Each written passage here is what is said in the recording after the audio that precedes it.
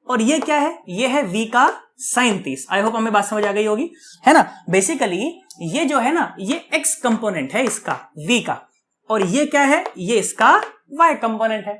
हमें बात समझ आ रही होगी ना। सोच करके देखो, और अगर ये 50 था तो इनिशियली ये कितना था, 53 था ना, ये 53 डिग्री का एंगल था, तो ये कितना है, ये है 30 मीटर पर सेकंड, है ना। अरे cos 53, और ये 40 मीटर पर सेकंड। आई होप हमें बात समझ आ गई होगी। साइन 53 पक्का पक्का आ रहा है ना, 110%। जानते हो ना मैजिक ट्रायंगल वाला कंसेप्ट, तो नॉर्मल सी बात है।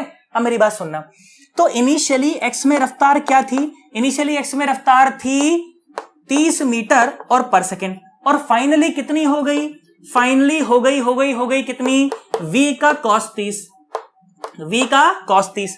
शुरू में y में रफ्तार कितनी थी, शुरू में y में रफ्तार थी भाई साहब 40 मीटर पर सेकंड, और फाइनली y में रफ्तार क्या हो गई, ये हो गया माइनस का v और साथ में साइन 30। सर माइनस का है लगा दी सर, आप देखो नीचे की तरफ कमेंट है ना, नीचे की तरफ कंपोनेंट है ना।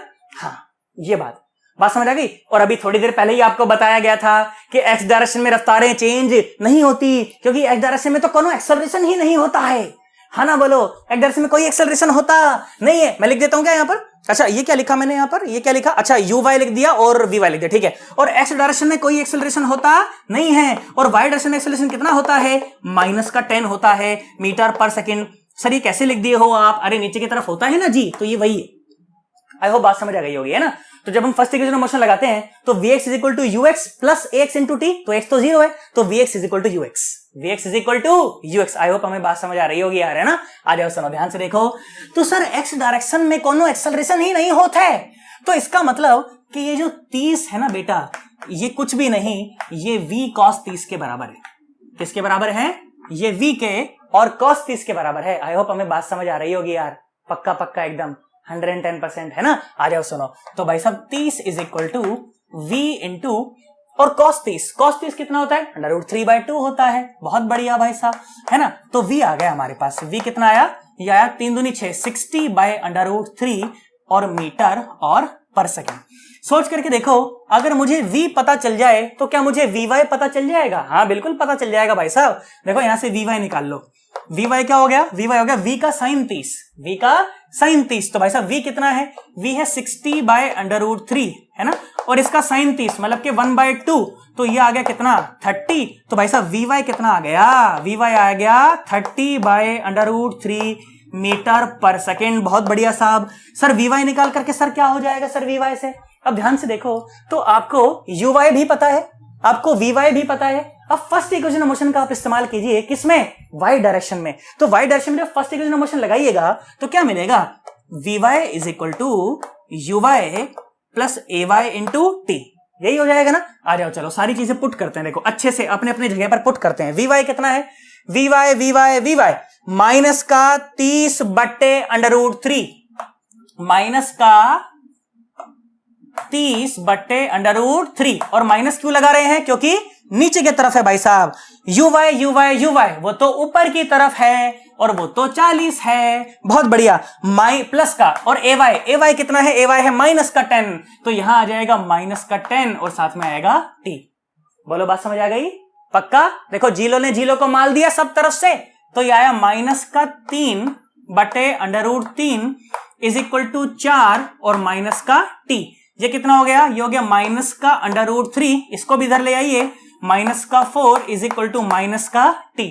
माइनस सब तरफ से मर जाएगा, तो देखो t आ गया, कितना आया 4 प्लस √3, और ये आ गया सेकेंड, 4 प्लस √3 सेकेंड। आई होप हमें बात समझ आ गई होगी भाई साहब, प्राण नहीं निकले होंगे हमारे। बिल्कुल छोटा सा सवाल है भाई साहब, हाँ ना बोलना पड़ेगा। सिर्फ क्या करा गया, इस लाइन को शिफ्ट करके हम लोग यहां पर ले आए, तो मुझे पता चल गया कि जब पार्टिकल हॉरिजॉन्टल के साथ 30 डिग्री बना रहा होगा, उस समय ये इनिशियल वेक्टर के साथ 83 डिग्री बना रहा होगा। कंपोनेंट तोड़ दिए गए, vx वाले और vy वाले, v cos थीटा और v sin थीटा। फिर बोला गया एक्स डायरेक्शन में तो कभी रफ्तार चेंज ही नहीं करती, तो v cos 30 और 30 बराबर होने चाहिए। और वहां से भाई साहब अपने क्या निकाल ली, v की वैल्यू निकाल ली, और जैसे v आ गया तो मेरे पास vy भी आ गया, जो कि v का साइन 30 था, तो भाई साहब vy आ गया मेरे पास। फिर फर्स्ट इक्वेशन ऑफ मोशन लगा दी गई y डायरेक्शन में, और लगाने के बाद भाई साहब मेरे पास आ गया आंसर। बस ध्यान रखना है साइन कन्वेंशन का, कि ऊपर की तरफ वाली चीजें पॉजिटिव लेनी और नीचे की तरफ वाली नेगेटिव। आई होप हमें बात समझ आई है यार, पक्का 110%। ढंग से समझ आया? कमेंट करके नीचे बताना मुझे समझ आया कि नहीं आया। आया है तो भी बताना, नहीं आया तो भी बताना, अच्छा लगे तो भी बताना, बेकार लगे तो भी बताना। बेकार पढ़ाया मास्टर लिख देना उसमें भाई साहब, मेरे को तो पता भी नहीं चलेगा किसने लिखा। बोल बात समझ आई? पक्का? चलो अच्छा सा इसका स्क्रीनशॉट ले लो, उसके बाद फिर मैं चर्चा को और आगे बढ़ाता हूं। आओ बेटा चलो देखो एक बहुत ही बढ़िया सा सवाल फिर से तुम्हारे सामने। देखो क्या सवाल है कि a projectile is fired eight angle of 45 degree. बोला अच्छा विद द हॉरिजॉन्टल। मैंने कहा ठीक है। बोला elevation angle of the projectile at its highest point as seen from the point of projection is. Angle of elevation बताना है। अभी तो निकालना सिखाया था भाई साहब, है ना। और अगर आप लोग सिर्फ ये क्वेश्चन वाली क्लिप देख रहे हो तो बेटा आप चैनल पर आएंगे तो आपको पूरी की पूरी वीडियोस भी मिल जाएंगी, जहां पर मैंने थ्योरेटिकल पार्ट भी बहुत अच्छे से कवर किया हुआ है, टेक्निक्स बताई हुई अच्छे से कि कैसे इसको कवर करते हैं। बाकी मैं फिर भी मैं कोशिश करूंगा कि आप क्वेश्चन को फिर भी बहुत अच्छे ढंग से आप समझ पाए। ठीक है, सवाल देखो, सवाल बहुत बढ़िया सा है, प्यारा सा है। 45 डिग्री से छोड़ा है, बोला कि एंगल ऑफ एलिवेशन बताना है हाईएस्ट पॉइंट पर। ठीक है, आओ चलो, मैं ऐसी आशा कर रहा हूं एक बार हम लोग खुद से भी ट्राई कर चुके कि नहीं कर चुके यार, है ना। आओ मेरी बात सुनो, देखो ध्यान से देखो। तो सवाल कुछ इस प्रकार से बोला गया कि मान लीजिए ये है धरती माता, सुंदर सुंदर प्यारी प्यारी राज दुलारी धरती माता, बहुत बढ़िया। और एंगल कितना 45 डिग्री, और कुछ भी मान लो यू रफ्तार से इसको ऐसे छोड़ा होगा तो पार्टिकल ऐसे गया होगा ना, बहुत बढ़िया। अब पार्टिकल बोला जब अपने हाईएस्ट पॉइंट पर है ना, यहां पर जब पार्टिकल अपने हाईएस्ट पॉइंट पर है उस समय एंगल ऑफ एलिवेशन बताएं। एंगल ऑफ एलिवेशन जानते हो क्या है? एंगल ऑफ एलिवेशन ये है, देखो मैं थोड़ा सा बनाने का प्रयास करता हूं।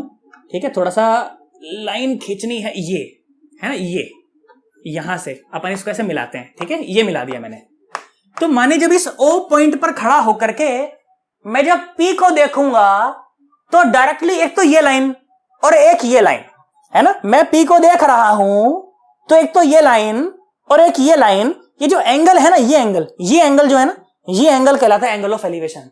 एंगल ऑफ एलिवेशन बेटा वो एंगल नहीं है जिससे पार्टिकल को छोड़ा गया था, वो तो एंगल ऑफ प्रोजेक्शन है। क्या है? वो तो एंगल ऑफ प्रोजेक्शन है। और पार्टिकल ने ऐसा पाथ लिया था उस समय, है ना, ऐसा पाथ लिया था, उई उई उई उई उई उई, फिर यहां पर पहुंचा था पॉइंट P पर, है ना। परंतु एंगल ऑफ प्रोजेक्शन क्या है, एंगल ऑफ एलिवेशन क्या है? क्या आप डायरेक्टली जब उसे देख रहे हो ना, तो ये जो एंगल बना है, ये जो एंगल बना है अल्फा, ये जो एंगल बना है अल्फा, ये है वो एंगल ऑफ एलिवेशन। ये मुझे बताना है, बात समझ आ रही है? पक्का हाईएस्ट पॉइंट पर बताना है, ऐसा बोला गया। तो हाईएस्ट पॉइंट पर अगर बताना है तो बेटा ये जो हाइट है ना, ये जो हाइट है ये है h max। ये जो हाइट है ये क्या है? h max। और अगर ये h max है तो पक्का पक्का देखो पूरी दूरी तो r है ना, रेंज है ना, तो पक्का पक्का ये कितना है? ये है r/2, रेंज का आधा। आई होप हमें बात समझ आ रही होगी। पक्का सोच करके देखो, अगर ये u है और एंगल 45 है तो ये कितना है इस दिशा में? u/√2, u का cos 45 है ना, और ये भी कितना है? ये भी u/√2 है ना, u sin 45 है ना, u/√2 मीटर पर सेकेंड, और ये भी u/√2। अच्छा गंदा गंदा हो गया थोड़ा, नीचे लिख देता हूं, है ना, ये रहा ux कितना है? u/√2 मीटर पर सेकेंड। और uy कितना है? uy कितना है? ये भी इतना ही है, u/√2 मीटर पर सेकेंड। बोला ठीक है, बात खत्म। अब सुनो, अगर मुझे रेंज और अगर हाइट मैक्स के जो मैक्सिमम हाइट है उसका फॉर्मूला याद है तो मेरे लिए सवाल बिल्कुल आसान है। और पिछली वीडियो में बताया भी गया था, क्या बताया गया था अपने को, कि जो रेंज का जो फॉर्मूला होता है वो ये होता है 2 और ux इंटू uy और बाय g, यही होता है ना। पक्का पक्का। तो r/2 चाहिए मुझे, तो जो r/2 आ जाएगा वो आ जाएगा ux इंटू uy और डिवाइडेड बाय g। तो देखो r/2 कितना आया बेटा, चलो आ जाओ। तो r/2 is equal to ux माने u/√2 है ना, और ये भी कितना? u/√2 और इंटू g। आई होप हमें बात समझ आ गई होगी, है ना। तो ये क्या आ गया? r/2 is equal to u² by 2g, u² by 2g। I hope बात समझ आ रही है अच्छे से, है ना। तो ये आ गया r/2, ये आ गया r/2। और h max क्या होता है? बताया गया था पिछली वीडियो में कि जो h max होता है वो होता है uy² और bye 2g, uy² bye 2g। बताया था कि नहीं बताया था? अरे u² sin² theta by 2g, वही तो uy है, तो u² y और बाय 2g। चलो आ जाओ, वैल्यू पुट कर लो, है ना, वैल्यू पुट कर लो। तो uy कितना है? वो तो है u/√2।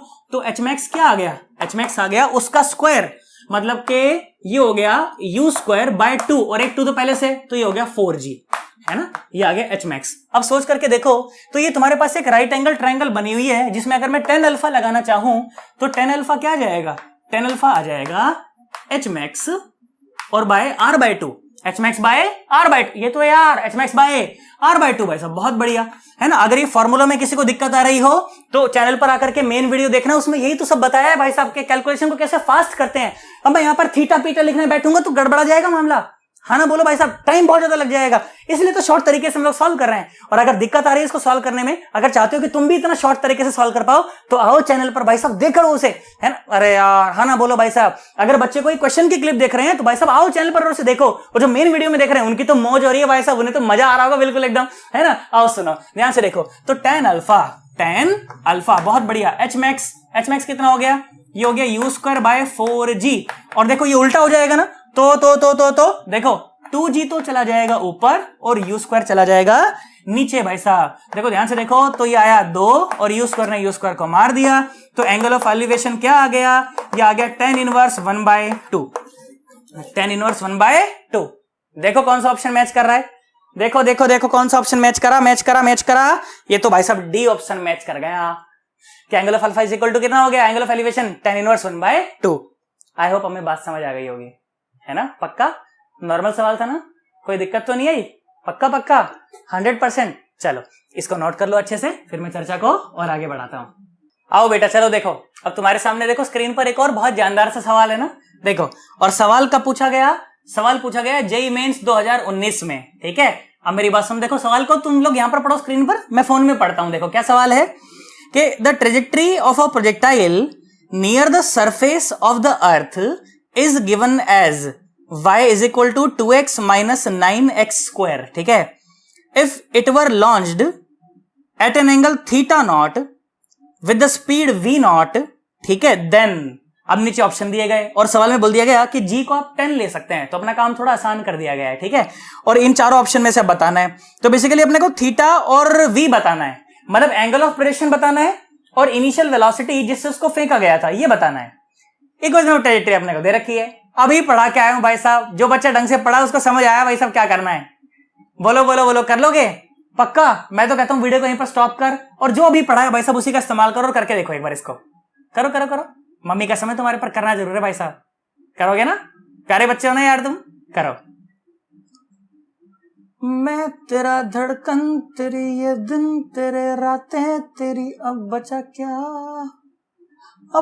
क्या करा करता हूं मैं खुद से ही बातें तेरी। चलो मैं कर रहा हूं, आई होप हमने ट्राई किया एक बार, ऑप्शन मैच कराया, कोई सा मैच कर रहा है सोच ले।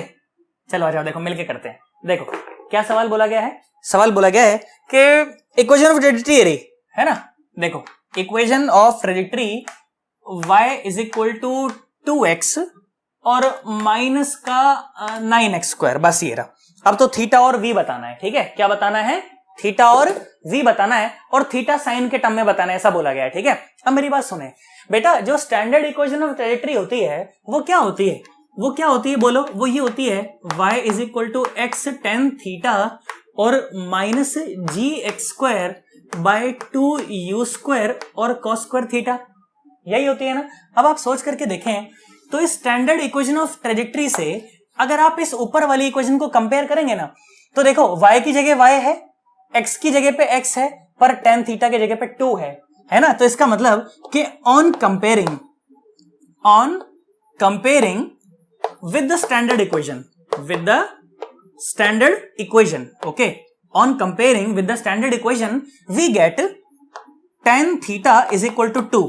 बहुत बढ़िया साहब। अच्छा, tan थीटा बेसिकली परपेंडिकुलर बाय बेस होता है, तो अगर मैं बोलूं कि मान लो ये कोई ट्रायंगल होता और ये अगर एंगल थीटा नॉट रहा होता, है ना, अगर ये एंगल कोई थीटा नॉट, अपन तो थीटा नॉट के टर्म में बात कर लेते हैं, या थीटा छोड़ो ना यार, क्या कुछ भी हो क्या फर्क पड़ता है ना, थीटा के टर्म में बात कर लेते हैं। तो परपेंडिकुलर बाय बेस मतलब ये रहा होता 2 और ये रहा होता 1, तो ये हाइपोटेन्यूज हो चुका होता √5।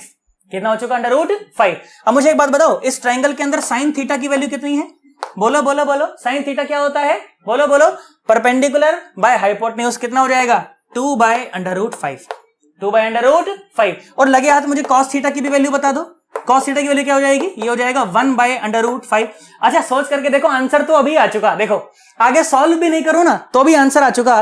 देखो सी जो ऑप्शन है ना, बस सिर्फ सी ऑप्शन में ही जो थीटा नॉट है ना वो साइन इनवर्स 2/5 है। देख 2/√5, तो देख थीटा की वैल्यू तो यहीं से आ गई, क्या, साइन इनवर्स 2/√5 है ना। देखो अगर आगे सॉल्व ना भी करूं तो करेक्ट ऑप्शन तो मैं अभी भी मार्क कर सकता हूं, पर दूसरा बोला कि वेलोसिटी भी बताओ, तो मैं तुम्हें कैलकुलेट करके जरूर दिखाऊंगा। हालांकि ना भी करते तो करेक्ट ऑप्शन मार्क कर सकते थे, कोई दिक्कत नहीं थी, परंतु फिर भी मैं तुम्हें कर करके दिखा देता हूं कि देखो इस तरह से सॉल्व किया तो कोई खास बात नहीं है। सुनो देखो अब मेरी बात सुनो, पहले पार्ट को तो मैंने कंपेयर कर लिया, अब देखो दूसरे पार्ट को कंपेयर करो। माइनस की जगह पे माइनस दिखेगा, एक्स स्क्वायर की जगह पे एक्स स्क्वायर दिखेगा, परंतु g/2u² cos² थीटा की जगह पे 9 दिखेगा। क्या दिखेगा, 9 दिखेगा। तो आ जाओ कंपेयर कर लो ना यार। अच्छा g की वैल्यू कितनी है, 10 है, और डिवाइड बाय 2 है ना, और u² cos² थीटा मतलब u cos थीटा का होल स्क्वायर, और u cos थीटा, देख u कितना है, u अच्छा u cos थीटा है ना, u cos थीटा, तो ये तो हो गया u² ही रख लो इसको, है ना। और cos थीटा कितना है, ये रहा 1/√5, और उसका स्क्वायर है तो 1/5 हो जाएगा, वो ऊपर चला जाएगा, तो ये आया 5। और सामने कितना है, सामने है 9, सामने कितना है 9 है ना। तो ये हो गया कितना 25/u² इज इक्वल टू 9, तो u² इज इक्वल टू 25/9, तो u इज इक्वल टू आ गया 5/3 मीटर पर सेकेंड, है ना, 5/3 मीटर पर सेकेंड। देखो ऑप्शन मैच करता है क्या, 5/3 ही दिया गया है क्या, देखो हाँ भाई साहब 5/3 दिया गया है। थीटा नॉट कितना आ गया, साइन इनवर्स 2/√5 आ गया, है ना, और यू कितना आ गया 5/3, मैच कर गया ना, हाँ मैच कर गया। देखो इतना सिंपल सवाल भाई साहब, जेईई मेंस 2019 भाई साहब, कभी मुश्किल सवाल है, कोई मुश्किल सवाल नहीं है। परंतु मुश्किल क्यों नहीं है, क्योंकि मुझे स्टैंडर्ड इक्वेशन ऑफ ट्रेजेक्टरी याद है। ये आधी रात को भी याद होनी चाहिए भाई साहब, मैं आधी रात को बता याद होनी चाहिए भाई साहब, तब जाके सवाल बैठेंगे।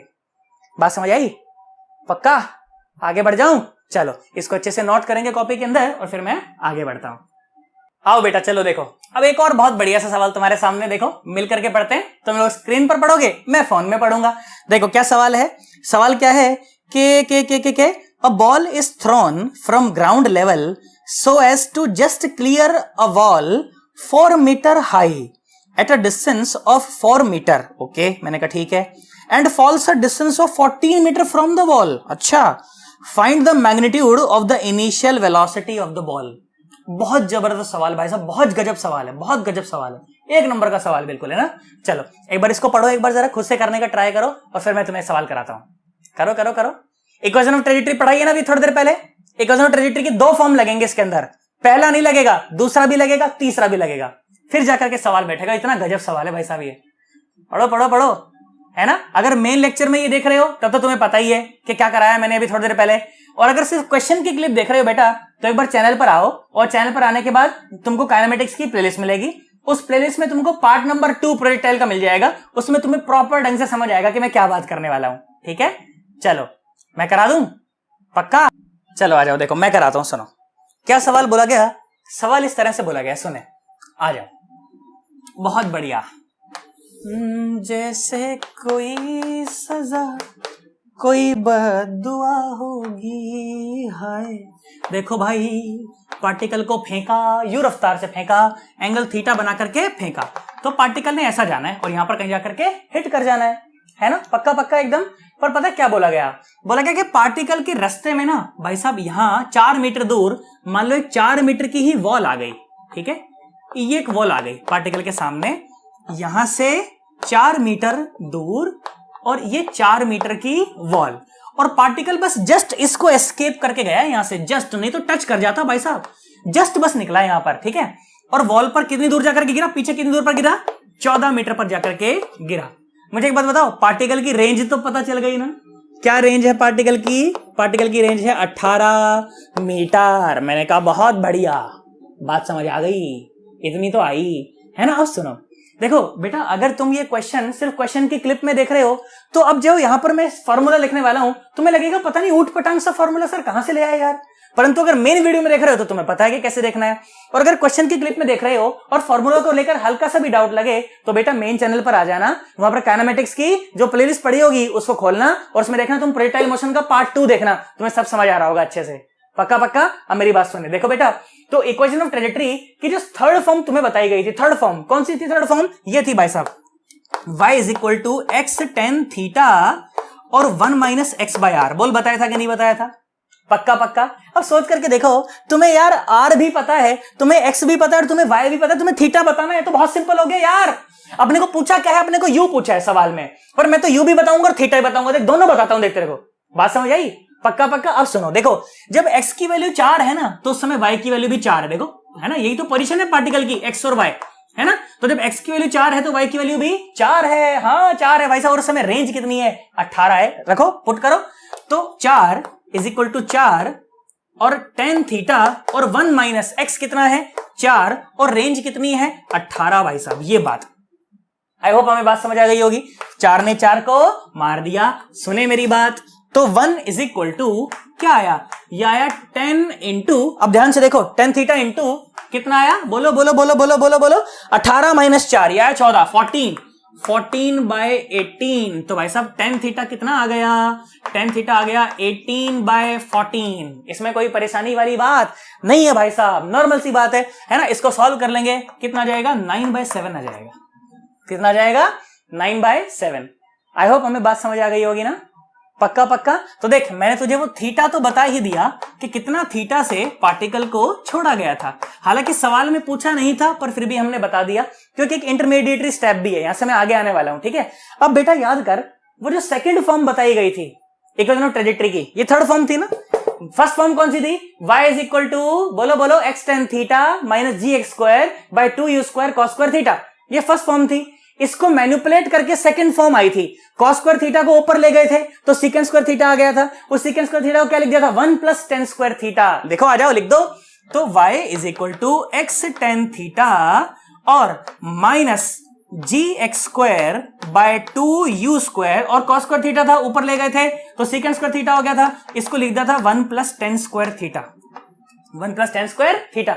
अब तुझे भाई साहब सब कुछ तो पता है, क्या बाकी रह गया? पुट कर दो भाई साहब। जब y की वैल्यू 4 है तो उस समय x की भी वैल्यू 4 ही है ना।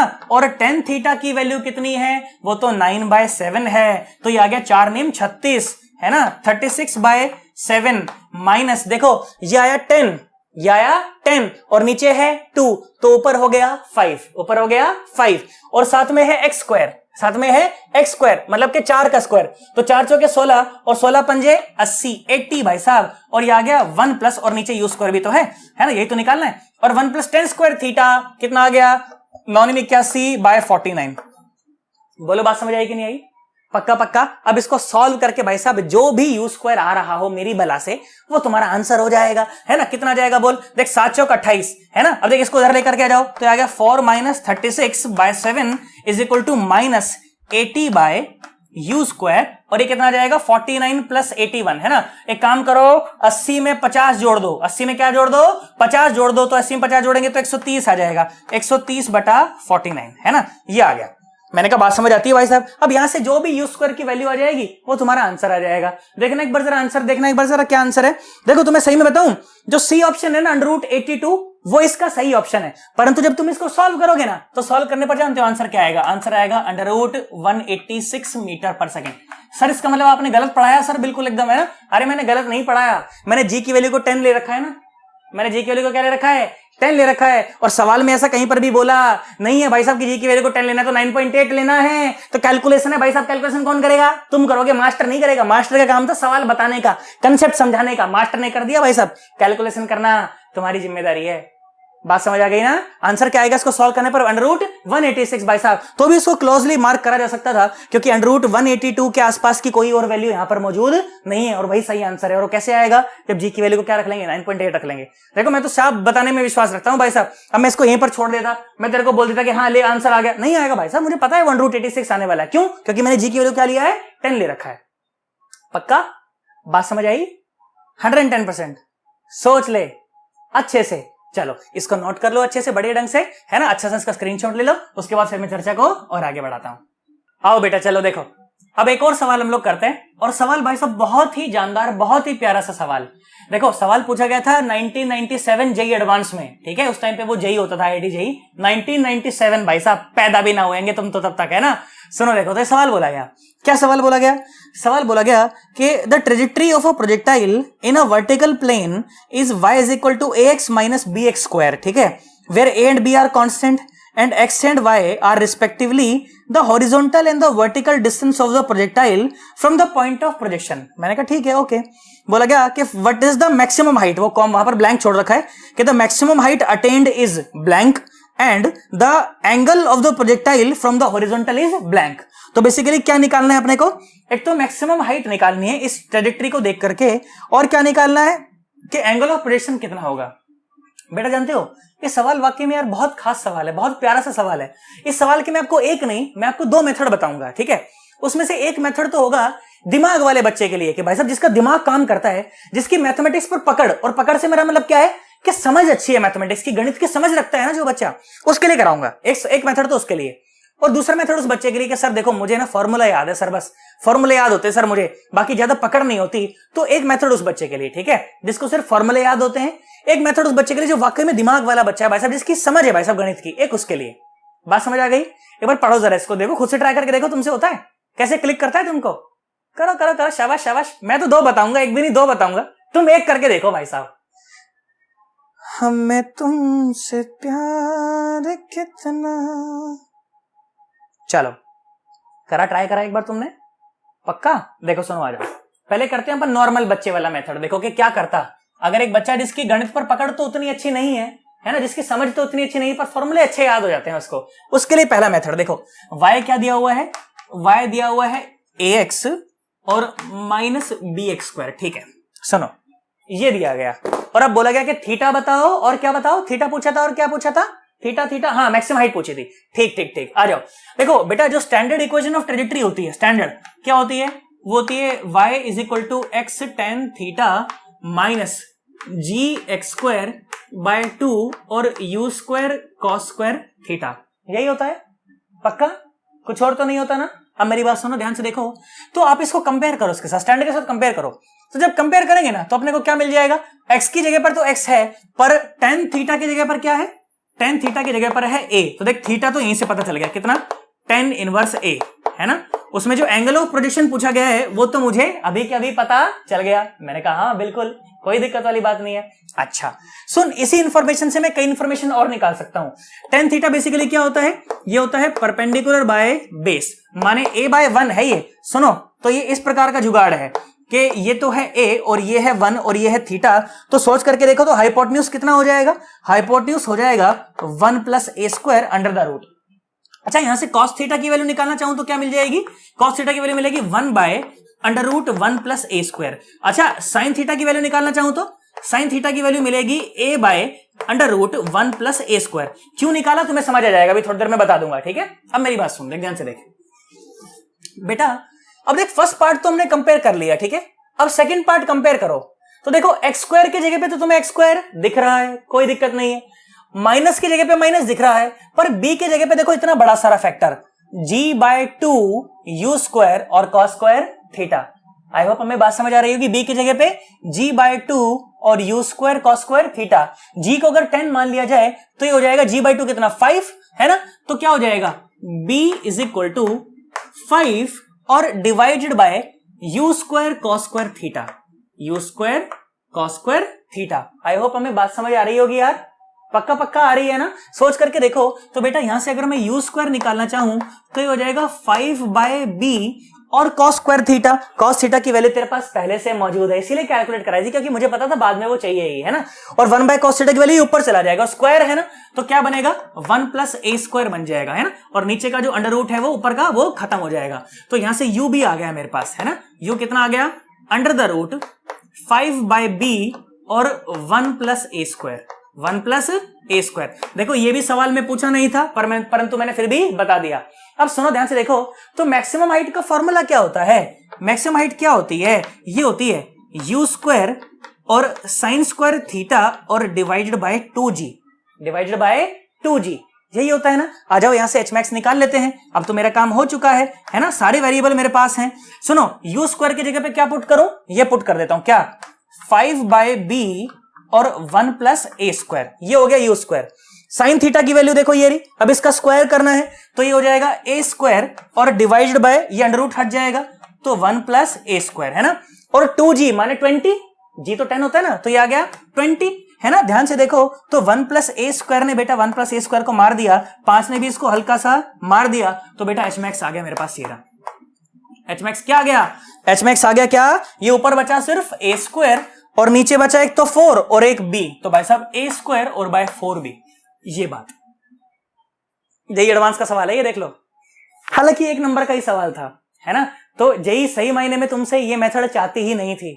जेई को नहीं चाहिए था कि तुम ये मेथड का इस्तेमाल करो, जेई को नहीं चाहिए था कि तुम्हें कोई फॉर्मूला याद हो, जेई को चाहिए था कि भाई साहब बच्चे की कंसेप्ट की समझ अच्छी हो, मैथमेटिक्स की समझ, उसकी जो समझ है ना, मतलब ऐसा नहीं कि भाई साहब उसको स्टेप करने आते हो, ना ना ना, उस स्टेप का मतलब क्या है यार, वाकई में उसका मतलब क्या वो पता हो, जेई ये चाहती थी। ये सवाल वाकई में 2 लाइन का है, 3 लाइन का, बस दिमाग वाला बच्चा होगा 3 लाइन में निपटा देगा उसको आराम से। मैं बताऊं, चलो पहले तो एक बार अच्छा वाला मेथड, मतलब अच्छा वाला तो क्या, नॉर्मल बच्चे वाला मेथड नोट करो, फिर मैं तुम्हें एक और अच्छा मेथड बताता हूं, ठीक है? करो जरा एक बार इसको।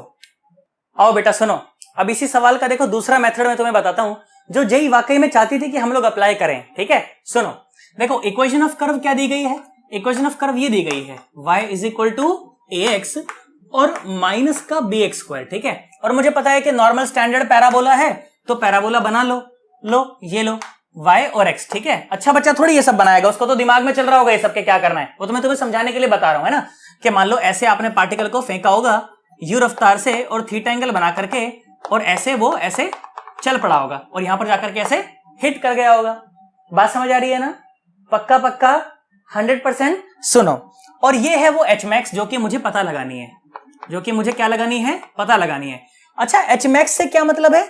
एच मैक्स से मतलब है y की मैक्सिमम वैल्यू, y की मैक्सिमम वैल्यू, y की मैक्सिमम वैल्यू तो है, देखो पहले y बड़ा बड़ा बड़ा बड़ा बड़ा बड़ा बड़ा बड़ा बड़ा बड़ा मैक्सिमम हो गया, फिर घटा घटा घटा घटा घटा घटा घटा घटा 0 हो गया। हाँ ये बात है, मतलब कि y की जो मैक्सिमम वैल्यू है ना वही एच मैक्स है, वही क्या है, एच मैक्स है। मैंने कहा ठीक भाई, बहुत बढ़िया, बात समझ आती है। अब मेरी बात सुनो ध्यान से देखो, तो बेटा अगर आप इस ग्राफ का, अगर आप इस कर्व का, अगर आप स्लोप देखेंगे ना, देखो स्लोप धीरे धीरे कम हो रहा है, और यहां पर तो स्लोप बिल्कुल 0 ही हो गया। सर स्लोप से क्या समझूं? स्लोप से आप समझे ढलान, स्लोप से क्या समझे, ढलान। ये ढलान बहुत ज्यादा है, फिर धीरे धीरे ढलान कम हो रही है, और मैक्सिमम हाइट पर जाते जाते तो भाई साहब पार्टिकल ऐसे निकल रहे हैं ना, देखो मैक्सिमम हाइट पर पार्टिकल ऐसे निकल रहा होगा ना, बिल्कुल ऐसे, तो देखो ढलान कहां है वहां पर, वहां तो कोई ढलान नहीं है। अच्छा मतलब कि जब एच मैक्स पर जब पार्टिकल होगा तो वहां पर कोई ढलान नहीं है, वहां पर कोई ढलान नहीं है। अच्छा ढलान नहीं है मतलब क्या नहीं है, स्लोप नहीं है, मतलब कि एच मैक्स पर स्लोप 0 है। हाँ मतलब कि एच मैक्स हमें तब अचीव होगा है ना, y की वैल्यू एच मैक्स तब होगी when slope becomes 0, when slope becomes 0। हाँ ये बात है भाई साहब। और स्लोप का मतलब क्या होता है, स्लोप का मतलब होता है भाई साहब dy बाय dx।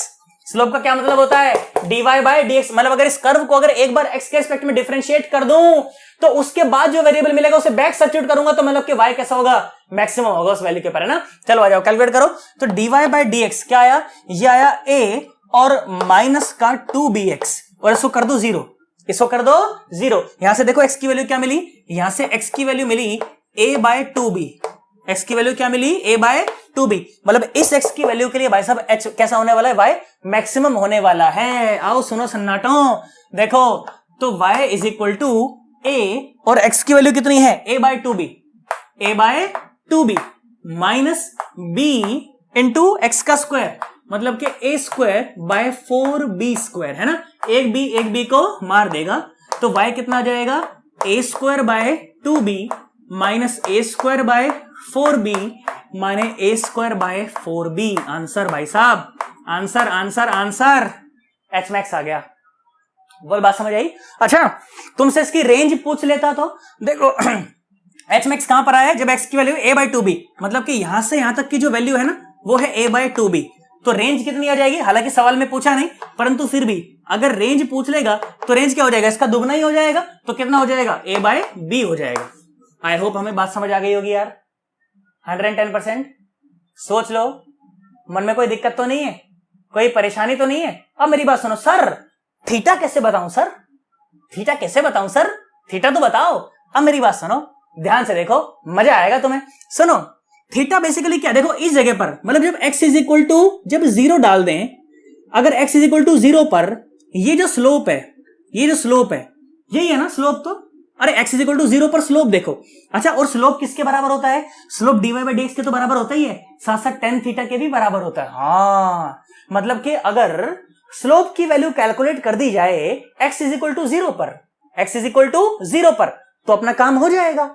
हाँ बिल्कुल बात सही है सर, आप बिल्कुल सही बोले कि dy बाई dx कैलकुलेट करो at x is equal to 0। सुनो, तो dy बाई dx तो मैं पहले से कैलकुलेट करके बैठा हूं, dy बाई dx तो मैं पहले से कैलकुलेट करके बैठा हूं, कितना है a माइनस 2bx है ना, परंतु tan थीटा क्या है, tan थीटा ये है dy by dx at x is equal to 0, कितना है देखो, 0 0 0 पुट करो, ये कितना आया 1a आ गया भाई साहब, यही तो था। तो थीटा कितना आ गया, थीटा आ गया tan इनवर्स a। ये दिमाग वाले बच्चे का सवाल है भाई साहब, इसे दिमाग वाला बच्चा करेगा जिसकी गणित पर पकड़ अच्छी है भाई साहब, जो समझता है चीजों को कि मतलब क्या है, स्टेप करने से मतलब नहीं होता जिसको।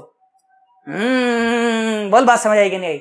तुझे एक नॉर्मल मेथड भी बताया मैंने कि फॉर्मूला याद है तो भी कर सकते हैं, और एक अच्छा मेथड भी बताया तुझे मैंने कि देख अगर मेथड अगर नहीं आता, परंतु भाई साहब अगर भाई साहब दिमाग में अगर समझ है भाई साहब तो तू कर सकता है। आई होप हमें बात समझ आ गई, पक्का 100%। नोट करो देखो इसको, है ना, इसको नोट करो देखो, फिर से मैं चर्चा को और आगे बढ़ाता हूं। आओ बेटा चलो देखो, अब एक बहुत ही जानदार सा सवाल तुम्हारे सामने फिर से मौजूद है। देखो जानते हो सवाल पूछा गया था जेई 2019 में, ठीक है 2019 में सवाल पूछा गया मेंस में, और सवाल भाई साहब जानते हो वाकई में बहुत अच्छा सवाल है ये। मैं इसको सही बताऊं तो मैं इसको बोलूंगा कि यार ये एडवांस में भी सवाल आ सकता था, कोई मतलब विशेष बात नहीं होती अगर ये एडवांस में सवाल पूछा जाता तो, क्योंकि कंसेप्ट ही इस तरह के इस्तेमाल हो रहे हैं यार इसके अंदर, है कि नहीं। तो अगर बच्चे का कंसेप्ट अगर क्लियर हो, ढंग से उसको क्लैरिटी है ना, तब जाके सवाल बैठेगा, और नहीं तो सवाल बैठने वाला नहीं है। देखो पढ़ते हैं मिल करके, क्या सवाल है देखो। सवाल बोला गया कि a body is projected at t is equal to 0 with velocity 10 metre पर second at an angle of 60 degree with the horizontal, ठीक है। बोला radius of curvature of the trajectory at t is equal to 1 second is r, neglecting the air resistance and taking the acceleration due to gravity to be 10 metre पर second square, find out the value of r। क्या पूछा अपने से, radius of trajectory पूछ ली, जो भी तुमको lecture में पढ़ा करके आया हूं। बोलो बात समझ आई? वो फॉर्मूला बताया था ना, वो इस सवाल के लिए ही बताया था, ताकि तुझे वो फॉर्मूला भाई साहब देख करके कोई सवाल बना पाए ढंग से एकदम। फॉर्मूला बताया था, डेरिवेशन कराया, तुझको अच्छे से समझाया, लॉजिक समझाया कैसे आता है, तो अगर फॉर्मूला आएगा तभी ये सवाल बैठेगा, और नहीं तो सवाल नहीं आएगा भाई साहब। बोलो बात समझ आ गई है? पक्का 100%? कराऊं मैं इस सवाल को? देखो मेरी बात सुनो, सवाल बहुत आसान है, आसान तो नहीं बोलना चाहिए, सवाल थोड़ा सा यार अच्छा है वैसे तो, सही बताऊं तो, है ना। देखो आओ चलो मिल करके करते हैं उसको। देखो डेटा देख लें एक बार क्या क्या बोला गया है ना। सवाल देखो इस प्रकार से बोला गया, और ये धरती माता है ना, एक बार जरा डेटा देख लिया जाए एक बार कैसा है ना। पार्टिकल को फेंका 10 मीटर पर सेकंड से और 60 डिग्री के एंगल से, है ना, बस ये दिया गया है। इसके अलावा t is equal to 1 second पर अपने को रेडियस ऑफ कर्वेचर बताना है ना। आ जाओ मेरी बात सुनो, देखो ध्यान से देखो। तो मान लो पार्टिकल ने कुछ तो ऐसा पाथ ऐसे लिया होगा, है ना, और यहां पर आकर के ऐसे हिट कर गया होगा। तो मान लो t is equal to 1 second पर बेटा, मान लो पार्टिकल ना, मान लो कहीं आपका यही मौजूद था, कहीं यही मौजूद था, है ना, मान लो पार्टिकल यहां मौजूद था। बोलो बात समझ आ रही है? पक्का। तो इस समय उसका जो वेलोसिटी वेक्टर रहा होगा, इस समय वो इस जगह पर ऐसा रहा होगा, मतलब पार्टिकल की वेलोसिटी जगह पे आप टेंजेंट ड्रॉ करोगे ना, ऐसा कुछ रहा होगा, मतलब पार्टिकल की वेलोसिटी, तभी तो ऊपर उठा। और देखो ये मैक्सिमम हाइट नहीं है, इससे ऊपर भी गया, क्यों गया? क्योंकि भाई साहब ऊपर की तरफ है उसकी वेलोसिटी, है ना। अब सोच करके देख, इसको अगर आप मान लो यहां पर अगर आप एक सर्कल ड्रॉ करो, अगर आप मान लो यहां पर एक सर्कल ड्रॉ करो, है ना, तो इस सर्कल की जो रेडियस है, ये जो रेडियस है ना, ये रेडियस आपसे पूछी गई है। This is the radius of curvature जो आपसे पूछा जा रहा है। हाँ ना, बोलो यार, तुम्हें नहीं आया यार, ये वो रेडियस ऑफ कर्वेचर तुमसे पूछा जा रहा है। मैं समझू, मेरी बात समझ आ रही है? पक्का पक्का। अब सोच करके देखो, तो अगर मुझे ये रेडियस ऑफ कर्वेचर निकालना है, मैं जानता हूं बेटा कि रेडियस ऑफ कर्वेचर क्या होता है, रेडियस ऑफ कर्वेचर होता है v स्क्वायर और डिवाइड बाय a परपेंडिकुलर। अभी थोड़ी देर पहले तो समझाया था यार, है ना। और यहां पर वो a perpendicular motion under gravity में क्या होता है, g cos ऑफ अल्फा होता है। क्या होता है? g cos ऑफ अल्फा होता है। और ये अल्फा क्या होता है? This is the angle of elevation, this is the angle of elevation. माने ये जो एंगल है ना, ये एंगल, ये अल्फा होता है। इसको बोल लो, ये इसको बोल लो, ये अल्फा है। 60 डिग्री नहीं है, 60 डिग्री तो एंगल ऑफ प्रोजेक्शन है। ये अल्फा क्या है? एंगल ऑफ एलिवेशन, वो बताना है अपने को। बात समझ आ रही है?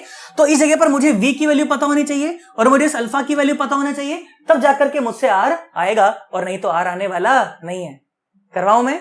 तो बहुत आसान है, t इक्वल टू 1 सेकेंड पर vx और vy निकाल लो यार, है ना। सुनो, ये v है ना, तो ये इधर रहा होगा vx, है ना, और ये इधर रहा होगा vy, हाँ ना, बोलो यार, है ना। अच्छा देखो, 10 मीटर पर सेकंड से आपने पार्टिकल को फेंका है ना, तो देखो ये कितना है, ये है 10 का cos 60, 10 का cos 60 मतलब 1/2, तो ये हो गया भाई साहब 5 मीटर पर सेकंड, ठीक है। और ये हो गया 10 का sin 60 मतलब √3/2, तो ये हो गया 5√3 मीटर पर सेकंड। बहुत बढ़िया साहब। सुनो, तो ux कितना है, ux है 5 मीटर और पर सेकंड, बहुत बढ़िया। अच्छा uy कितना है, uy है भाई साहब 5√3 और मीटर और पर सेकंड, बहुत बढ़िया। अच्छा x में एक्सेलरेशन कितना है, 0 है, अभी बताया गया था थोड़ी देर पहले भाई साहब, है ना। और y में एक्सेलरेशन कितना है, y में एक्सेलरेशन है भाई साहब -10 और मीटर और पर सेकंड स्क्वायर। सर -10, अरे जी नीचे लग रहा है ना भाई मेरे, है ना, तो नीचे की तरफ है तो माइनस लिया जाएगा। बोलो बात समझ आ रही है? अब सुनो, x में भी क्या लगा दें, इक्वेशन ऑफ मोशन फर्स्ट वाली, पर लगाने की कोई जरूरत भी नहीं है, मुझे पता है कि vx और ux तो बराबर ही आने वाले हैं भाई साहब, इसमें क्या ही बताऊं, है ना। अच्छा, तो vx तो बेसिकली 5 ही होने वाला है, इसमें कोई दिक्कत वाली बात नहीं है। बहुत बढ़िया, लो भाई, t is equal to 1 second पर भाई साहब पार्टिकल यहां था ना, लो भाई साहब, तो vx तो कितना है, vx तो 5 ही है, 5 मीटर पर सेकेंड। सर 5 क्यों है सर, अरे फर्स्ट इक्वेशन ऑफ मोशन लगाओ x डायरेक्शन में, तो vx is equal to ux plus ax into t, और ax तो 0 है, इसलिए vx is equal to ux, है ना। अब फर्स्ट इक्वेशन ऑफ मोशन लगाएंगे y डायरेक्शन में, तो क्या मिल जाएगा, vy is equal to uy plus ay into t, तो vy क्या आ गया, ये आ गया uy डूडो, ये रहा 5√3 माइनस का 10 और इंटू 1, है ना। 1 सेकेंड पर बतानी थी ना रफ्तार, तो vy भी बता दी मैंने, क्या बता दी, vy भी बता दी मैंने, 5√3 और माइनस का 10। अब सोच करके देखो, तुमसे अल्फा पूछना चाह रहा हूं, अभी बता के आया हूं सब कुछ, बोलो, है ना। तो ध्यान से देखो, तो इसको देखो, ये vy, ये v और ये vx, तो बेटा जो tan अल्फा आने वाला है वो क्या आने वाला है, vy बाय vx के बराबर आने वाला है, और vy और vx दोनों ही मुझे पता है, हाँ ना बोलना पड़ेगा, पक्का पक्का, कोई दिक्कत तो नहीं महसूस हो रही। देखो आ जाओ, तो tan अल्फा की वैल्यू क्या आ गई, tan अल्फा की वैल्यू आ गई vy बाय vx, तो vy कितना है, ये है 5√3 माइनस 10 और डिवाइडेड बाय vx कितना है, ये रहा, कितना आया 5। बल बात समझ आ रही है? अब बेटा इसके लिए अपनी कैलकुलेशन थोड़ी सी स्ट्रांग होनी चाहिए। जानते हो जब आप इसको सॉल्व करेंगे ना, इसको सॉल्व करेंगे तो ये जो अल्फा है ये 15 डिग्री के आसपास का आता है। कितना आता है? 15 डिग्री के आसपास का आता है अल्फा। इसको सॉल्व कर लेंगे हम लोग। नॉन मेडिकल वाले बच्चे समझते हैं भाई साहब, इतना हल्का सवाल नहीं था, इसलिए मैं बोल रहा हूं कि भाई साहब सवाल बहुत टफ था, वाकई में तो एडवांस लेवल के सवाल, उसका सवाल था ये। तो अल्फा कितना आता है बेटा? 15 डिग्री के आसपास का अल्फा आता है। मैंने कहा ठीक है कोई बात नहीं, ओके, अल्फा हमने निकाल लिया। अच्छा v भी तो हमें निकालना पड़ेगा, ये v भी तो ये v कितना है, ये v, तो देखो v स्क्वायर किसके बराबर हो जाएगा, ये हो जाएगा vx स्क्वायर और प्लस vy स्क्वायर के बराबर हो जाएगा, है कि नहीं? तो अरे समझ रहे हो ना यार, vx स्क्वायर प्लस रिजल्टेंट निकालना आता है कि नहीं आता भाई साहब? आता है अपने को, है ना, नॉर्मल सी बात है। नहीं आता तो वेक्टर वाली सीरीज नीचे पड़ी हुई है भाई साहब, डिस्क्रिप्शन में भी पड़ा हुआ है लिंक, नहीं तो चैनल पर जाना, डिस्क्रिप्शन में तुमको मिल, उसमें चैनल पर तुम्हें प्लेलिस्ट मिल जाएगी वेक्टर वाली, देख करके आना भाई साहब। अच्छा सवाल है ये, हल्का सवाल नहीं है भाई साहब। v square is equal to vx square plus vy square, तो भाई साहब vx कितना है, vx तो 5 है, तो लो 25, कितना आया 25 प्लस vy स्क्वायर, इसका स्क्वायर करना है अपने को, तो कितना आया 5√3 और माइनस 10 और इसका स्क्वायर। चलो स्क्वायर करते हैं इसका, सुनो, तो ये आया 25 प्लस कितना आया a square plus b square minus 2ab, है ना। तो 5 5 25 दिया 75, ठीक है, माइनस का प्लस का 100 और माइनस का 2ab माने 100√3 बोलो बात समझ आई? पक्का? आ जाओ, सुनो ध्यान से देखो, और बढ़िया बढ़िया बातें करते हैं। सुनो देखो, तो कितना आया ये, देखो v square is equal to कितना आया, देखो 100 और 100 ये हो गए 200 माइनस, है ना, 200 माइनस, सुनो √3 कितना होता है, 1.75 के आसपास का होता है, हाँ ना बोल यार। तो कितना हो जाएगा, 175 हो जाएगा, कितना हो जाएगा, 175 के आसपास का हो जाएगा ना, 175। तो ये आया भाई साहब, तो v स्क्वायर कितना आ गया, v स्क्वायर कितना आ गया, कितना भाई साहब 25, कितना आया 25। तो भाई साहब आ गया आर, रेडियस ऑफ कर्वेचर कितना आता है, v square by g cos alpha, v square by g cos alpha, तो r is equal to v square माने 25 और divide by 10 into cos alpha, cos 15 degree, कितना कॉस 15 डिग्री, जानते हो cos 15 degree 0.97 के आसपास का होता है, कितना होता है 0.97 97 के आसपास का होता है, तो भाई साहब जो रेडियस ऑफ कर्वेचर आ जाएगी वो आ जाएगी कुछ कुछ तो 2.8 मीटर। कितना आ जाएगा? 2.8 मीटर। देखो ऑप्शन मैच करता है क्या? देखो कौन सा ऑप्शन मैच करता है, देखें देखें देखें। ऑप्शन मैच करेगा भाई साहब सी नंबर, 2.8 मीटर। सवाल वाकई में बहुत जानदार है, जिसकी भाई साहब कैलकुलेशन अच्छी है ना, कैलकुलेशन में जिसकी पकड़ अच्छी है भाई साहब, उसी से सवाल होगा ये। इसको कंसेप्ट पता है भाई साहब, ये कंसेप्ट भाई साहब हल्का कंसेप्ट नहीं है, बहुत बड़े कंसेप्ट है। और इसको मैंने चैनल पर देखो कवर भी किया, थोड़ी देर पहले तुमको समझाया। मुझे डायरेक्ट फॉर्मूला भी तो लिख सकता था ना, पर मैंने नहीं लिखा भाई साहब, समझाया तुमको कि कैसे आता है, ताकि मैं तुमसे ये सवाल करवा पाऊं। नहीं तो सवाल में बच्चों के तोते उड़ जाते भाई साहब। हाँ ना बोलो भाई साहब, पक्का पक्का सोच ले, आगे बढ़ सकता हूं। एक और जानदार सवाल कराना है मुझे अभी, पक्का? चलो इसका अच्छा सा स्क्रीनशॉट लो, उसके बाद फिर मैं चर्चा को और आगे बढ़ाता हूं। आओ बेटा सुनो, देखो अब एक बहुत ही बढ़िया सा सवाल तुम्हारे सामने मौजूद है। और सवाल पूछा गया था बेटा जेईई एडवांस 2000 में, ठीक है, सन 2000 में भाई साहब सवाल पूछा गया था, और 10 नंबर का सवाल पूछा गया था। और सही मायने में यार 10 नंबर बनते भी हैं इस सवाल के, यार वाकई में बहुत प्यारा सा सवाल है, ठीक है। देखो मिल करके पढ़ते हैं और फिर मैं इसको सॉल्व करवाता हूं, ठीक है। देखो क्या सवाल है, बोला कि an object A is kept fixed at a point x is equal to 3 meter and y is equal to 1.25 meter on a plank p। अच्छा ठीक है, raised above the ground, ठीक है, at t is equal to t है, at t is equal to 0, ठीक है, यहां पर लिखा हुआ नहीं है, मैं बता देता हूं। at t is equal to 0 the plank starts moving along the positive x direction with an acceleration of 1.5 meter per second square। बोला ठीक है कोई बात नहीं। फिर बोला गया कि at the same instant a stone is projected from the origin with velocity u as shown in figure, ठीक है। The stationary person on the ground observes the stone hitting the object during which it makes a downward motion at an angle of 45 degree to the horizontal. All the motions are in x and y plane. Find out u and time after which the stone hits the object.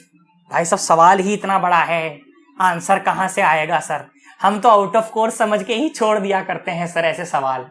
पर सवाल वाकई में बहुत प्यारा है यार, बहुत जबरदस्त सवाल है, मतलब ऐसा सवाल है, मतलब मजा आ जाएगा यार एकदम। करोगे एक बार ट्राई करके देखो, मैं तो कहता हूं, फिर मैं कराता हूं। करो, शाबाश, करा, ट्राई करा। मम्मी कसम भाई सब सवाल को पढ़ना जरूर है एक बार प्यार से, और समझने की कोशिश करना है कि क्या कह रहा है। करा, मैं कराऊं? सुनो देखो ध्यान से, देखो डेटा देखते जाएंगे थोड़ा थोड़ा, है ना, और करते जाएंगे। देखो सबसे पहले तो मैं तुम्हें प्रॉब्लम एनालाइज करवाता हूं। देखो प्रॉब्लम क्या है, सॉल्यूशन वॉल्यूशन तो कर लेंगे, पहले प्रॉब्लम तो समझे, है ना। मैंने बोला कि मान लो ये है एक्स एक्सिस और ये है वाई एक्सिस। मैंने कहा ठीक है, ओके, कोई दिक्कत नहीं है, सही है मामला, है ना। सुनो यहां पर ना ये एक प्लांक है, ठीक है, ये एक प्लांक है, ठीक है, कुछ भी बोल दो इसको, ए वे बोल रखा है, ठीक है। और इसके ऊपर यहां पर ये एक पार्टिकल है, ठीक है, ये एक पार्टिकल है, ठीक है। ये जो मैं येलो से बना रहा हूं ना, ये वो पार्टिकल है, ठीक है। और आपने क्या करा है, आपने यहां से उस पार्टिकल को ऐसे आपने ऐसे थ्रो करा है, यहां से आपने किसी प्रोजेक्टाइल को थ्रो करा है किसी वेलोसिटी u से, और थीटा बना करके आपने उसको थ्रो करा है, ठीक है। अच्छा इसकी इनिशियल पोजीशंस भी दी गई हैं सवाल में, है ना। क्या पोजीशंस दी गई हैं? बोला गया कि ये जो है ना, ये इस तरह से दिया गया है कि ये जो दूरी है ये है 1.25 मीटर, ठीक है, और ये जो दूरी है ये है 3 मीटर, ठीक है। और at t is equal to 0 पर आपने प्रोजेक्टाइल को फायर किया, और at t is equal to 0 पर ही इसने चलना भी शुरू किया, और एक्सेलरेशन दे रखा है 3/2 और मीटर और पर सेकेंड स्क्वायर। 3/2 1.5 एक ही बात है ना। अच्छा और क्या बोल रहा है? हाँ अब सुनो, अब आगे की चर्चा करते हैं। सुनो, तो यहां से पार्टिकल को फेंका और इसने आगे बढ़ना शुरू करा, तो क्या होगा कि किसी टाइम t पर ये बढ़ करके मान लो कहीं यहां पहुंच चुका, ये मान लो बढ़ करके कहीं यहां पहुंच चुका, और ये रहा वो पार्टिकल A, ठीक है, ये रहा वो पार्टिकल A, यहां पर कहीं तो पहुंच चुका। और देखो पार्टिकल ने क्या करा, जितने समय में ये यहां से यहां आया ना, है ना, ये t इज इक्वल टू 0 की कहानी थी, और ये t is equal to t पर पार्टिकल गया गया गया गया गया गया गया गया गया, और भाई साहब अब जाकर के इसको ऐसे हिट कर रहा है ना, पार्टिकल इसको ऐसे हिट कर रहा है, मान लो किसी भी वेलोसिटी v से। और सवाल में बोला गया है कि ये जो एंगल है ना, ये एंगल है 45, ये जो एंगल है ये कितना है, 45 डिग्री का ये एंगल है, ऐसा बोला गया सवाल में। बोलो बात समझ आ रही है? पक्का अच्छा सवाल है ना, देखो जबरदस्त सवाल है ना, अब मेरी बात सुनो, देखो मैं तुम्हें बताता हूं इसको कैसे एनालाइज करना है, सुनो ध्यान से देखो। तो बेटा अगर ये v है तो x दिशा में जो vx है, vx कितना आ जाएगा, vx आ जाएगा v बाय रूट 2, है ना। और ये जो vy है नीचे की तरफ, है ना, कहां लिखूं, यहां लिख देता हूं। ये जो vy है ये भी कितना है, v बाय रूट 2, परंतु ये नीचे की तरफ है ना। तो इतनी बात तो अपने को समझ आती, कोई खास बात नहीं है ना। सुनो देखो ध्यान से देखो, और ये क्या है, ये है u का cos थीटा इस तरफ, है ना। यहां पर ये क्या है, u का cos थीटा, और ये क्या है, ये है u का sin थीटा, ये है u का sin थीटा। सुनो ux कितना है, ux है u cos थीटा, बोला ठीक। अच्छा vx कितना है, vx मुझे अभी निकालना है, मैं देखूंगा अभी। अच्छा vx तो मुझे पता है ना, कितना है, v by root 2, v by root 2, बहुत बढ़िया। अच्छा uy कितना है, uy है u का साइन थीटा, u का साइन थीटा, बोला बहुत बढ़िया। अच्छा vy कितना है, vy है माइनस का v बाय रूट 2, माइनस का v बाय रूट 2। अच्छा x डायरेक्शन में एक्सेलरेशन कितना है, मैं प्रोजेक्टाइल की बात कर रहा हूं, मैं इस प्लान की बात नहीं कर रहा, मैं प्रोजेक्टाइल की बात कर रहा हूं, ठीक है। x डायरेक्शन में एक्सेलरेशन कितना है, 0। x डायरेक्शन में कोई एक्सेलरेशन कहां होता है, प्रोजेक्टाइल का कोई एक्सेलरेशन होता नहीं, बोला बहुत बढ़िया। अच्छा y डायरेक्शन में प्रोजेक्टाइल का एक्सेलरेशन कितना है, माइनस का g, मतलब माइनस का 10, है ना, रख लेता हूं लो मैं तो, माइनस का 10 मीटर पर सेकंड स्क्वायर, मीटर पर सेकंड, ठीक है। सब बातें समझते हैं हम लोग, बात समझ आती है अपने को, आती है ना। सुनो अब देखो, फर्स्ट इक्वेशन ऑफ मोशन लगाएंगे x डायरेक्शन में। फर्स्ट इक्वेशन ऑफ मोशन क्या होती है, v is equal to you plus A t. X में लगाओ, तो vx is equal to you x plus A x into t, और एक्सेलरेशन तो 0 है, तो vx is equal to you x आ गया, माने v by root 2 is equal to u cos theta. इतनी बात अपने को समझ आ गई, मैंने कहा ठीक है। अब इसी इक्वेशन को y में लगाओ, तो vy is equal to you y plus A Y into t. अच्छा vy कितना है, माइनस का v बाय रूट 2, बहुत बढ़िया, is equal to you y कितना था, u साइन थीटा, क्या था, u साइन थीटा, और ए वाई कितना है, माइनस का 10 और इंटू टी। आई होप हमें बात समझ आई है ना, पक्का सोच लो एकदम। अब सुनो देखो बेटा, v बाय रूट 2 की वैल्यू क्या है, u cos थीटा ना। देखो उसको यहां पर पुट करो, तो ये क्या आया, माइनस तो वैसा ही रहेगा, और v बाय रूट 2 की जगह पे u cos थीटा, तो माइनस का u cos theta is equal to u sine theta और माइनस का 10t। अदला बदली कर लो, तो देखो u का cos थीटा प्लस u का sine theta is equal to 10t। I hope हमें बात समझ आ गई होगी, अभी तक तो कोई दिक्कत नहीं है। अब सुनो मेरी बात, इस इक्वेशन को ना थ्रू आउट t से मल्टीप्लाई कर लो। सर ऐसा क्यों कर रहे हैं, अभी थोड़ी देर बाद समझाऊंगा ऐसा क्यों किया। सुनो, इसको थ्रू आउट t से मल्टीप्लाई कर दिया तो क्या आया, u cos theta into T plus u sine theta into T is equal to 10t square. I hope हमें बात समझ आ गई होगी, ठीक है, बहुत बढ़िया भाई साहब, अब बात समझ आती है। अब सुनो क्या करें, देखो मुझे एक बात बताओ, तो पार्टिकल यहां से गया और यहां पर जाकर उसने पार्टिकल को हिट करा, इसको हिट करा, प्रोजेक्टाइल हमारा यहां से उड़ा और यहां पर जाकर उसने हिट करा। देखो एक्स डायरेक्शन में डिस्प्लेसमेंट देखो इसका, पार्टिकल का, प्रोजेक्टाइल का देखो एक्स डायरेक्शन में डिस्प्लेसमेंट कितना है, सुन इतना तो 3 है, इतना तो 3 है। अच्छा यहां से यहां तक जो डिस्प्लेसमेंट हुआ है, यहां से यहां तक, ये कितना है, देखो सेकंड इक्वेशन मोशन क्या होती है, s is equal to UT plus half eighty square, है ना, बोल s equal to UT plus half eighty square. इसकी इनिशियल रफ्तार तो 0 थी, तो half into A into T square, तो half into 3/2 into T square, तो ये हो गया 3/4 टी स्क्वायर, 3/4 टी स्क्वायर। मतलब एक्स डायरेक्शन में जो डिस्प्लेसमेंट है वो कितना है, 3 प्लस 3/4 टी स्क्वायर, है ना, बोल यार। इस प्रोजेक्टाइल का देखो टुई और टुई, मतलब इस जगह पर अगर मैं देखना चाहूं तो प्रोजेक्टाइल का डिफरेंस है, ये है ना, ये और ये इसके बराबर है, कितना आया, 3 प्लस 3/4 टी स्क्वायर। हाँ अच्छा, मतलब कि एक्स डायरेक्शन में कहां लिखूं, यहां लिख देता हूं। एक्स डायरेक्शन में प्रोजेक्टाइल का जो डिस्प्लेसमेंट है वो है 3 प्लस 3/4 और टी स्क्वायर।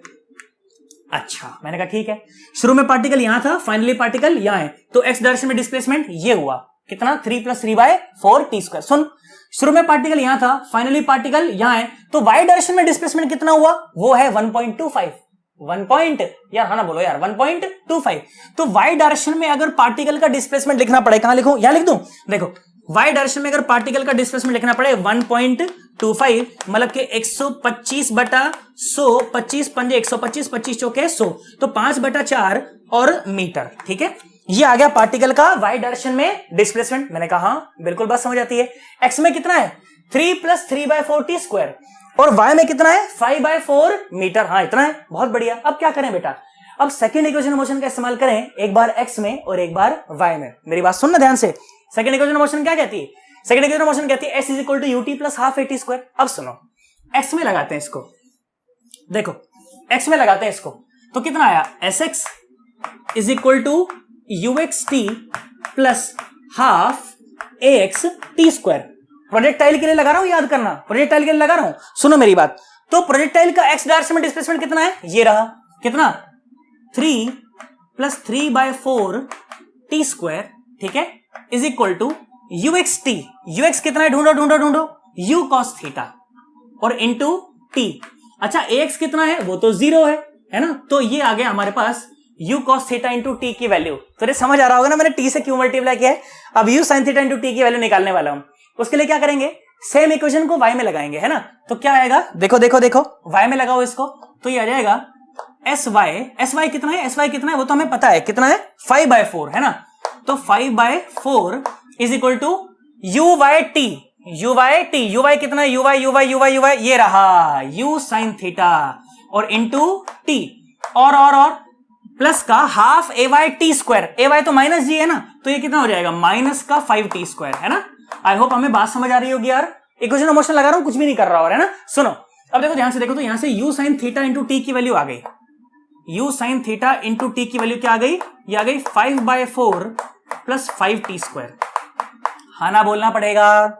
अब देखो u cos theta into t और u sin theta into t, इन दोनों की वैल्यू को इसके अंदर पुट कर देंगे, और सामने क्या है 10t स्क्वायर। देखो आ जाओ, वैल्यू पुट करके देखो, तो ये क्या आ जाएगा? ये आ जाएगा 3 + 3/4 और t स्क्वायर, है ना, plus u sin theta into t 5/4 + 5t square, और सामने आया 10t स्क्वायर, सामने आया 10t स्क्वायर। आई होप हमें बात समझ आ रही है, पक्का ना। अब मेरी बात सुना, देखो ध्यान से देखो, ध्यान से देखो, ध्यान से देखो, तो टी स्क्वायर वाली टर्म एक तरफ और ये एक तरफ। देख 4 × 12, 12 और 5 17, तो 17/4 प्लस देखो ये आया 5 × 20 और 3 23, तो 23t स्क्वायर बटा 4 और = 10t स्क्वायर, ठीक है। इसको उधर भेजो, तो 17/4 = 10t स्क्वायर माइनस 23/4 और t स्क्वायर, तो यह 40 40 - 23 फिर 17 आ गया, है ना। तो यह आया 17/4 = 17/4 और t स्क्वायर। हाँ ना बोलना पड़ेगा भाई साहब।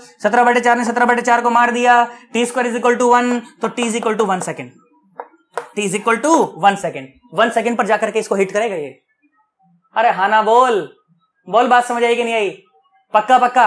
अब दूसरा सवाल बोला था कि इनिशियल वेलोसिटी वेक्टर बताएं कि इनिशियल वेलोसिटी वेक्टर क्या है। तो इनिशियल वेलोसिटी वेक्टर बेटा जो है ना, वो कुछ भी नहीं है, वो कुछ भी नहीं है ना। वो क्या है? u cos theta i cap plus u sin theta j cap. यही सवाल पूछा था कि कुछ और पूछा था? देखना एक और पार्ट इसका। दूसरा पार्ट में क्या बोला था? Find out the u vector. हाँ u वेक्टर बोला at the end and the time eight which the stone hits the object, है ना। अब मेरी बात सुन, ध्यान से देख, ध्यान से देख।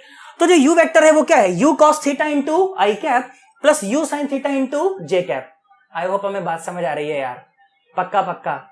सोच लो। अब मेरी बात सुनो बेटा, ध्यान से देखो। तो आप तो पहले से ही सब कुछ निकाल करके बैठे हो यार। देखो कैसे कैसे कैसे दिखाऊं आपको, दिखाओ कि u cos theta into t की वैल्यू मेरे पास है, देखो क्या है 3 + 3/4 t स्क्वायर। अच्छा, u sin theta into t की वैल्यू मेरे पास क्या है 5/4 + 5t स्क्वायर। सोच करके देखो, अगर दोनों जगह में t की वैल्यू 1 डाल दूं, तो t की वैल्यू अगर 1 डाल दूं, तो देखो कहां लिखूं कहां लिखूं कहां लिखूं, जगह की थोड़ी सी कमी हो गई है।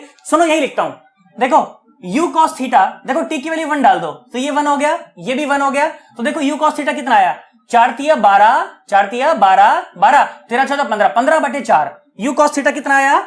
u cos theta = 15/4। बहुत बढ़िया, 15/4। मैंने कहा ठीक है। अच्छा देखो u sin थीटा, देखो t की वैल्यू 1 पुट करो, t की वैल्यू 1 पुट करो, कितना आया 5 × 20 और 5 25, 25/4 u sin थीटा। तो u sin थीटा = 25/4। तो देखो u वेक्टर क्या आ गया बेटा? u वेक्टर तो सिंपल है ना, u cos theta into i cap plus u sin theta into j cap. तो देखो वेलोसिटी वेक्टर आ गया रे। क्या बताऊं उसमें? 15/4 i cap plus 25/4 j cap. भाई साहब ये तुम्हारा आंसर है। ये था भाई साहब सवाल जेईई एडवांस 2000 का, 10 नंबर का सवाल था ये। और वाकई में सवाल डिजर्व भी करता है भाई साहब, 10 नंबर का होना चाहिए। आई होप हमें बात समझ आई है भाई साहब। और अगर वीडियो को देखते देखते भाई साहब इतनी लंबी वीडियो को देखते देखते यहाँ पर आए हो, इसका मतलब तुम्हें समझ सारा का सारा आया है। और अगर समझ आया तो भाई साहब चैनल को लाइक जरूर कर देना, अगर सब्सक्राइब नहीं किया तो सब्सक्राइब कर देना, वीडियो को लाइक करना और अच्छे अच्छे कमेंट करके मुझे नीचे बताना कि तुम्हें कैसा लगा, है ना। और अगर कोई दोस्त हो तुम्हारा जो जेईई की तैयारी कर रहा है, फीस नहीं दे सकता, अच्छा कंटेंट चाहिए, उस तक पहुंचाओ यार, इसको शेयर करो अपने सारे के सारे दोस्तों के साथ जिनको इनकी जरूरत है ना। चलो अपन लोग मिलते हैं फिर किसी अगली वीडियो में, ठीक है। Bye bye, Tata.